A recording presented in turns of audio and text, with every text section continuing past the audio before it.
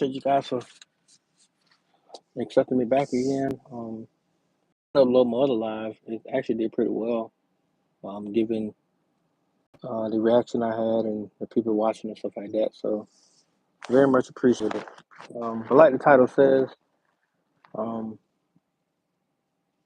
just wanted to talk about a few things when it comes to Tua and my thoughts on him and stuff like that. So statistically, he's in the top five of nearly every category this season.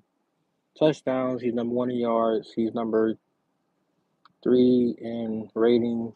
He was number five in completion percentage, and he was also fourth in interception, or top fourth. So he was in the top five categories of every statistic for quarterbacks this year. Major improvement from last year. He did successfully play 17 games. He got a little nicked and banged up, but he played every single game, which is what the fan base was asking him to do. Now he has an opportunity to go and start a new legend with the postseason. Do I think he can win in Kansas City? I do. Um, I think that reality has set in for him now because, for one, the organization isn't really sold on him. That's why they gave him that fifth-year extension. But I also know they're probably going to make him play it out, and he's going to be forced to show that he can win big games next year. After this postseason is done, whatever the outcome may be, he's going to be forced to show that he can win big games. Because I saw the schedule, we got the 49ers, we got the Rams, Seahawks. We got a few good quality teams on that schedule, so it's gonna be a question mark as to whether or not he can actually do better against better competition. They're gonna want to see his numbers increase. They're gonna want to see his touchdowns per game increase. They're gonna want to see the interceptions decrease. They're gonna want to see the cerebral effect of him reading coverages and making decisions that don't involve Tyreek. Because, as I said in the other live video, it's been predetermined that Reek is 85% responsible for our offense, which the numbers don't lie because his numbers, if you're 1,800 plus yards and your quarterback has 4,600, that means if you accounted for almost 50% of what your quarterback put up. Not no, 50% is steep. He's not 50%, probably 35% of what Tua put up. So the other 3,000 yards came from other people. I think Jalen Waddle finished with, I want to say it's 1,000 plus. I know it's 1,000, but because he didn't play against the Ravens, um, and he didn't play against the Bills. So I'm not too sure on what Waddle's final numbers were, but I know he got over 1,000. So that's 2,000 yards between the two of them. The other 2,000 yards belong to Smite. Smite, Berrios, Craycraft, um, guys like that. So it's gonna be a big like test for Tua. And I hate this continues to happen to him because it's like, well, dang, other quarterbacks didn't have this. They didn't have yeah, but. Now people are gonna say, yeah, Burrow won 2 playoff games. He got to the Super Bowl, which he did. He beat the Chiefs. He beat another team. He got to the Super Bowl. He lost the Rams. However, he hasn't done it again. Josh Allen spent the last 5 seasons going to the postseason. Tell me when had Josh Allen got to a Super Bowl? He hasn't. Justin Herbert has one postseason game under his belt, and he lost that game. Matter of fact, that's probably the greatest collapse outside of the Bills and Oilers playoff game that we've ever seen. You up 28 points and you just completely collapsed against Trevor Lawrence. And we saw what Trevor Lawrence did yesterday. So with that being said, there's a lot to be expected or desired of Tua, but I think some of it is unwarranted because of what happened yesterday. I also think that because this season people had this lofty expectation of him putting up gaudy numbers, which he did. He put up 4,624 yards. Great season. Not even saying front like it wasn't. 29 touchdowns. Really, really good. But he put up 4 touchdowns last season. He had 25 last year in 13 games. So that means half you only had a touchdown per game extra with the 17 games you played. You had one thrown touchdown. But that also speaks to the play calling, which is poor. I think they should get a trustworthy OC in there that can open up the offense a lot more than what it is right now. I feel like it's constricted to a few plays. And you will see that Saturday night with the gadget plays and the motions and stuff like that. And it's like, dude, you guys should be doing better than this. You should at least be able to move the ball consistently to where defenses have to account for every piece of your offense versus one person or two people. Or hell, for that matter, three or four people. Waddle, Mostert, Hill, and A-Chain. That's it. Those are the four names you can call off that defenses have to account for. If you lock all them up, then who else gonna step up? Now the interception to Claypool, it was shown that Braxton Berrios got open. He was open for a first down. So that was on Tua to make that decision to give it to Braxton than Chase. He chose Chase for whatever reason, and you saw the end result. But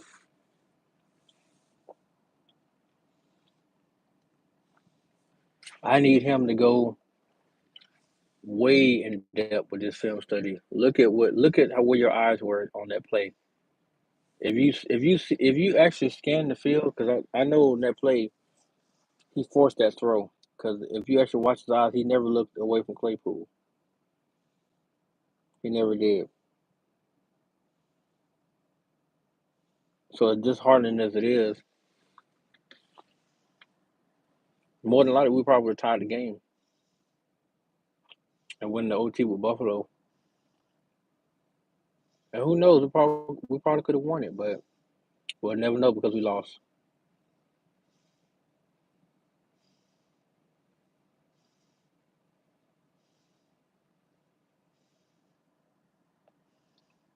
However, I still think he's a dynamic quarterback. I think he's a great quarterback. I think that he can lead this Dolphin team to tremendous heights, even though people don't see it right now because people are instant gratification individuals, and I've seen that now. It's like they want success right now. Little do they understand, it's the second year of a rebuild because Brian Flores had the offense in the ground, and he had a winning season, but he did it through defense. So the offense didn't do anything. They didn't have to put up points. And I could have sworn the name of the game was score. It is to stop other people from scoring, but you got to score as well. You got to put something on the board. And he did his best to give Tua little to no help. I guess he tried to make him like Tom Brady. Everybody's not Tom, and Tom is a quarterback in his own retrospect. However, he still relied on the running game that set up the play action that allowed him to throw to Amendola and Wes Walker and other guys and Gronk and stuff like that.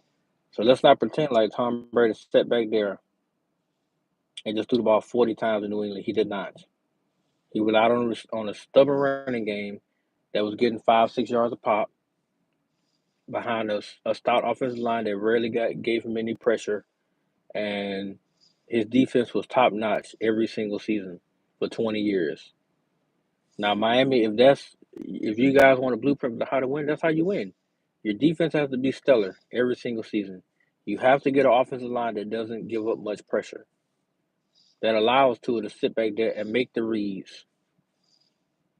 Because the quick offense game is fine, but in college, what did he do in college? He didn't get rid of the ball quick. He read the defense. He stood back there, went 1, 2, 3. Uh-oh, there go 3, click. Uh-oh, there go 2, click. Uh-oh, there go 4, click. But he had time to do so, didn't he? When he didn't have the time, what happened? So it matters to have that time. People just want to see him throw the ball quickly because they don't want to see him get hurt. But if you get him a line in front of him, like most quarterbacks actually have in this league, then he can do a lot more things from an offensive standpoint versus what he's doing right now. Right now, he's being completely limited to a quick passing game. That's not what he does. But their not a narrative is, oh, he's better under 2 point some seconds. No, he's worse. It is limiting his abilities. It's only showing that he can throw the ball quickly. That's it. He's not. That's where the one read thing came from. Is the fact that he has 2.5 seconds to get rid of the ball. That's not being a quarterback, because Tom Brady had more than 2 seconds in New England. In Tampa Bay, he didn't. At 40 some years old, he got rid of the ball. But when he was young, when he was 25, he was not throwing that ball quick at all. He was not. Even in the Super Bowl, he wasn't. He had a line that gave him time to survey the field because they ran the ball effectively and they pass blocked effectively, which gave him a chance to read that defense and make the correct throws, which is why he has 7 rings.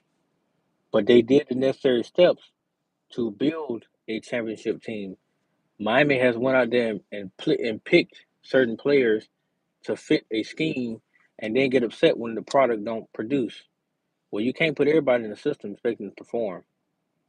Some players have their own individual merit, a la Jalen Ramsey, a la Xavier Howard, a la Javon Holland, who I'm not a big Javon Holland fan because the man can't cover. He can barely tackle. But people are sold on this dream that he's just such a dynamic safety. He isn't. He don't even have 100 tackles on the team. And he stays hurt now. So what is there to be sold about? Because he had a couple of plays here and there. Hell, Jerome Baker made the biggest play last night by knocking that dude out before he crossed the end zone. So did Christian Wilkins with that sack fumble. But you see they're investing more and more on the defensive side of the ball. I don't know why, but everything is given to the defense. Not enough is being given to the offense. It's almost like Miami saying, "Well, you know what? We can stop teams, but we're not interested in scoring. We want these games to be low scoring, so that way we can have something to brag about with our defense to show that we didn't waste money on that side of the ball." When in retrospect, if you want Tua to be compared to Dan Marino, then why not do what you did with Dan? You gave the man two of the most stellar receivers in the league. He didn't have a running game, granted he didn't. He didn't have that. But he had a line. That line gave him time to throw to Clayton and the other guy, I forgot his name. But that line gave him time to do that. Because he wasn't running for his life back there. So, hey, let me call this school, man. I'm probably just back on live here in a minute. Let me call this school real quick. Peace, guys.